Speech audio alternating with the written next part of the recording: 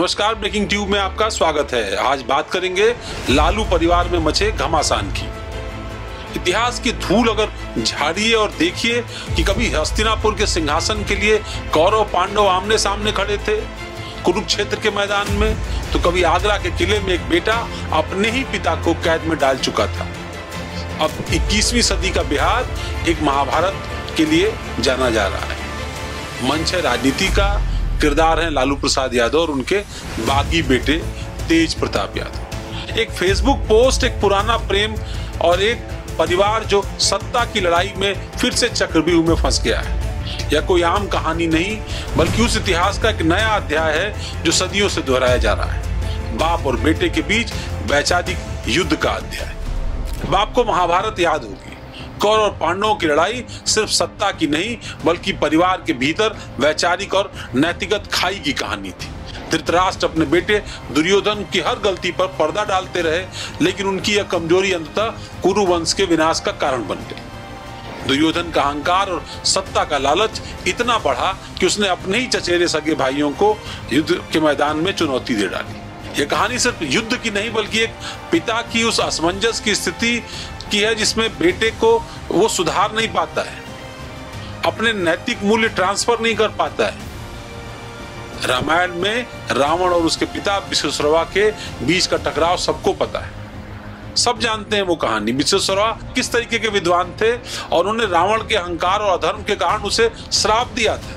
रावण की महत्वाकांक्षाएं और क्रूरताएं न केवल उसके पिता को निराश करने वाली थी, बल्कि उसके अपने बेटों मेघनाथ और अक्षय कुमार की जिस तरीके से उसने बलि दे दी इस युद्ध में, श्री राम के खिलाफ युद्ध में उनको झोंक दिया। रावण की गलतियों का परिणाम उसके समूचे वंश को चुकाना पड़ा। उसका समूचा वंश मूल नाश हो गया उसका। और दूसरी कहानी है मगध के सम्राट बिंबिसार की। बिंबिसार के बेटे अजातशत्रु ने सत्ता की लालसा में अपने ही पिता को कैद कर लिया था। कैद में पिता को तड़पाते तड़पाते अजातशत्रु ने उनकी हत्या कर दी। यह विश्वासघात न केवल परिवार को तोड़ गया, बल्कि मगध की सियासत को भी हिला गया। अजातशत्रु की महत्वाकांक्षा ने पिता पुत्र के रिश्ते को तार तार कर दिया, और इसीलिए अजातशत्रु को पितृहंता भी कहा जाता है, क्योंकि उन्होंने अपने पिता बिंबिसार की हत्या मगध की गद्दी प्राप्त करने के लिए कर दी। और आप सोचिए, बिंबिसार भी और अजातशत्रु भी दोनों भगवान बुद्ध के भक्त, और मौर्य सम्राट बिंदुसार के पुत्र महान सम्राट अशोक की सत्ता हासिल करने की कहानी तो सब जानते हैं। अपने ही भाइयों से संघर्ष करना पड़ा अशोक को। इतिहासकारों के अनुसार अशोक ने अपने भाई सुसिम को हटा करके तख्त हासिल किया था। बाद में अशोक ने बौद्ध धर्म अपनाकर हिंसा का रास्ता छोड़ दिया, जबकि उससे पहले अपने भाइयों की हत्या करनी पड़ी थी। तो उसकी कहानी भी सत्ता के लिए परिवार के भीतर की खींचतान की थी। आजीवन पर्यंत ये लड़ाई अशोक को लड़नी पड़ी। 1 जून 2001 की रात नेपाल के लिए खौफनाक और दिल दहला देने वाली रात बन गई, जब शाही परिवार के अंदर से ही उसकी बर्बादी की कहानी लिखी गई। दरअसल उसकी बर्बादी की कहानी लिखने का जो सबसे प्रमुख किरदार था वो था क्राउन प्रिंस दीपेंद्र शाह। दीपेंद्र उस दिन नशे की हालत में था। नारायण हिती महल में जब डाइनिंग हॉल में वो घुसा, सामने उसके पिता राजा वीरेंद्र विक्रम शाह थे, माँ रानी ऐश्वर्या, भाई बहन, पूरा शाही खानदान वहां मौजूद था। अचानक दीपेंद्र ने गोलियां चलानी शुरू कर दी। पहले माँ, फिर पिता, फिर भाई बहनों को भी गोलियां मारी, और उसने खुद को भी गोली मारने की कोशिश की, लेकिन हालत उसकी खराब हो गई। वो कोमा में चला गया। हैरानी की बात यह रही कि कोमा में होने के बावजूद उसे 3 दिनों तक नेपाल का राजा तक घोषित किया गया था। नेपाल के इतिहास में वो ऐसा पहला राजा रहा होगा जिसने राजगद्दी पर जिसकी ताजपोशी नहीं हुई। प्रिंस दीपेंद्र ने यह कदम इसलिए उठाया था क्योंकि वो देवयानी राणा नाम की लड़की से शादी करना चाहते थे, जिसे उनकी मां ऐश्वर्या ने ठुकरा दिया। शाही परिवार के खात्मे के बाद देश में हलचल मच गई। जनता सदमे में थी, क्योंकि वे राजा को भगवान का प्रतिनिधि मानते थे। इस घटना ने राजशाही की जड़ें हिला दी, धीरे धीरे नेपाल को लोकतंत्र की ओर ले गई। उस समय नेपाल में मौजूद अमेरिकी राजनीतिक लैरी डिंगर भी मानते हैं कि यह घटना किसी तूफान से कम नहीं थी। मुगल बादशाह शाहजहां और उनके बेटे औरंगजेब की कहानी भी ऐसी है।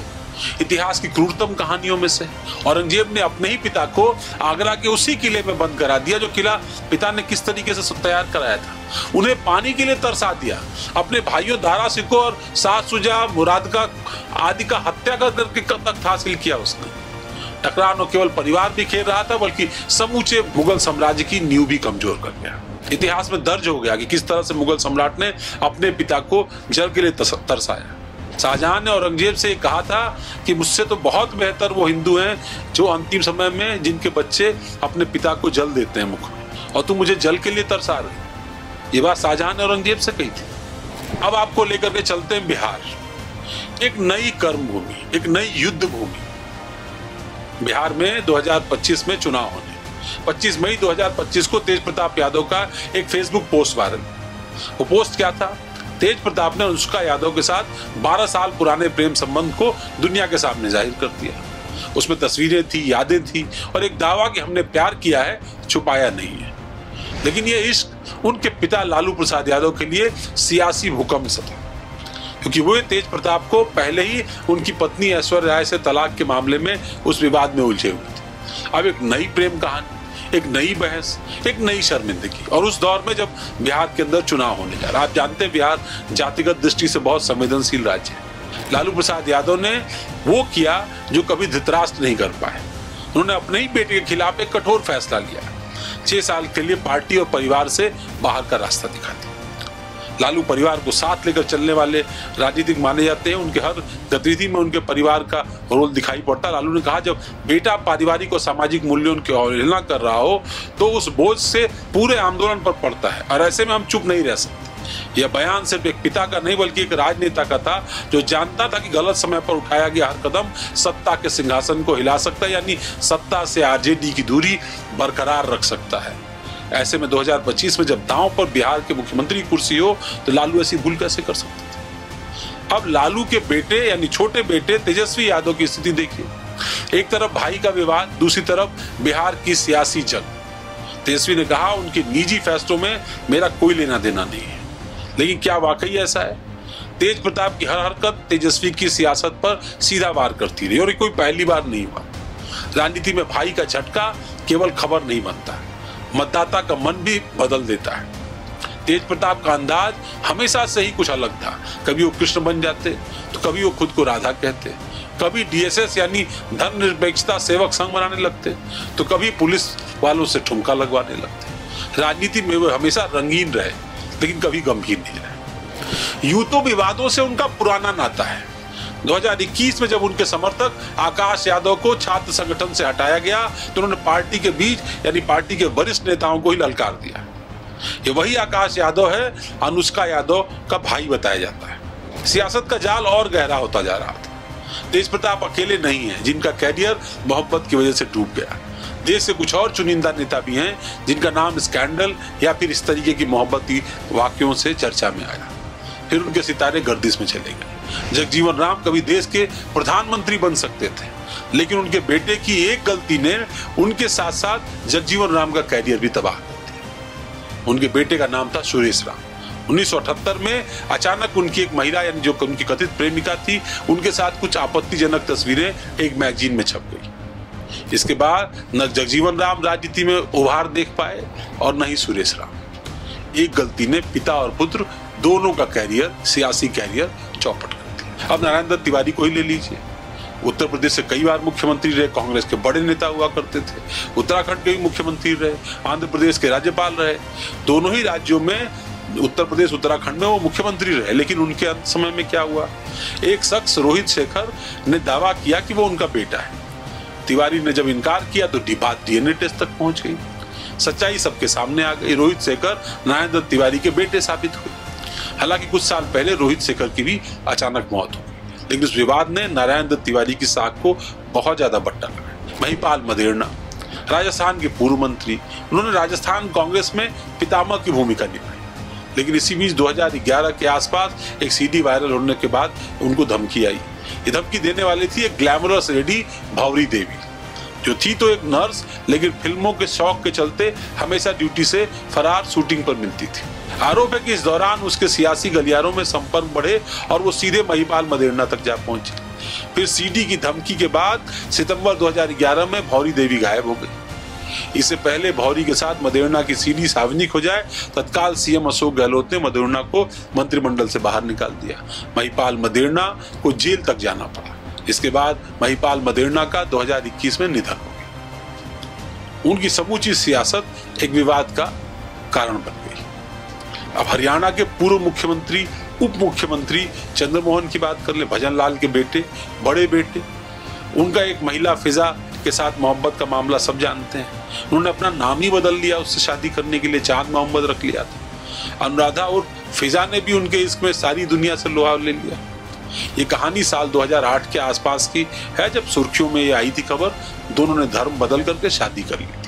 लेकिन आखिर में चंद्रमोहन और चांद मोहम्मद का इतना दबाव उनके ऊपर पड़ा कि अनुराधा बाली और फिजा से वो अलग हो गए। पॉलिटिकल कैरियर तो उनका डूबा ही, 2012 में फिजा की भी संदिग्ध हालत में मौत हो गई। अब बात करते हैं तेज प्रताप यादव की फिर से। फिलहाल तेज प्रताप यादव की प्रेम कहानी और वैवाहिक विवाद लालू प्रसाद यादव को एक ऐसे चक्रव्यूह में फंसा रहा है जहां से निकलना उनके लिए आसान नहीं होगा। हालांकि लालू पहले भी कई सारे चक्रव्यूह तोड़कर बाहर निकले। लालू पहले से ही चारा घोटाले में दोषी करार हैं और जमानत पर बाहर हैं। इसके अलावा रेलवे टेंडर घोटाले में लालू, राबड़ी, तेजस्वी, मीसा भारती के खिलाफ ईडी और सीबीआई में जांच जारी है। ऐसे में तेज प्रताप का यह प्रकरण न केवल परिवार की प्रतिष्ठा का ठेस पहुंचाने वाला मामला है, बल्कि आरजेडी की सियासी जमीन को कमजोर करने वाला है। जहां महाभारत में दुर्योधन ने धृतराष्ट्र को मजबूर किया, रावण ने अपने पिता विश्वकर्मा को निराश किया, अजातशत्रु ने बिंबिसार की हत्या कर दी और औरंगजेब ने शाहजहां को पानी के लिए तरसा दिया, वैसे ही तेज प्रताप के कदमों ने लालू को कठिन फैसला लेने पर मजबूर कर दिया। लालू का यह कदम बिहार की सियासत में नई हलचल ला सकता है। तेज प्रताप और तेजस्वी के बीच टकराव लालू परिवार को कहां लेकर के जाएगा, ये तो आने वाला वक्त बताएगा। और क्या तेज प्रताप नई पार्टी बनाएंगे? क्या वे किसी अन्य दल में शामिल हो जाएंगे या फिर उनका सियासी अंत यहीं हो जाएगा? लेकिन एक बात तो बहुत साफ तौर पर दिखाई पड़ती है कि इतिहास हो या वर्तमान, बाप और बेटे की ये जंग हमेशा सुर्खियां बटोरती है। आपको हमारी ये कहानी कैसी लगी और खासतौर पर बाप बेटों के रिश्तों के ऊपर हम लेकर के इतिहास, वर्तमान और तमाम दौर को लेकर के एक साथ चलने की कोशिश कर रहे थे, आपको ये पेशकश कैसी लगी आप जरूर हमें बताइएगा। हमें मैसेज करिएगा हमारे इनबॉक्सेस में, कमेंट बॉक्सेस में, और सब्सक्राइब करिए हमारे यूट्यूब चैनल को, फॉलो करिए हमारे एक्स हैंडल, फेसबुक हैंडल और इंस्टाग्राम हैंडल को। हमारा हौसला यूं बढ़ाते रहिए ताकि हम इस तरह की पेशकश लेकर के आपके सामने हाजिर होते रहें। नमस्कार।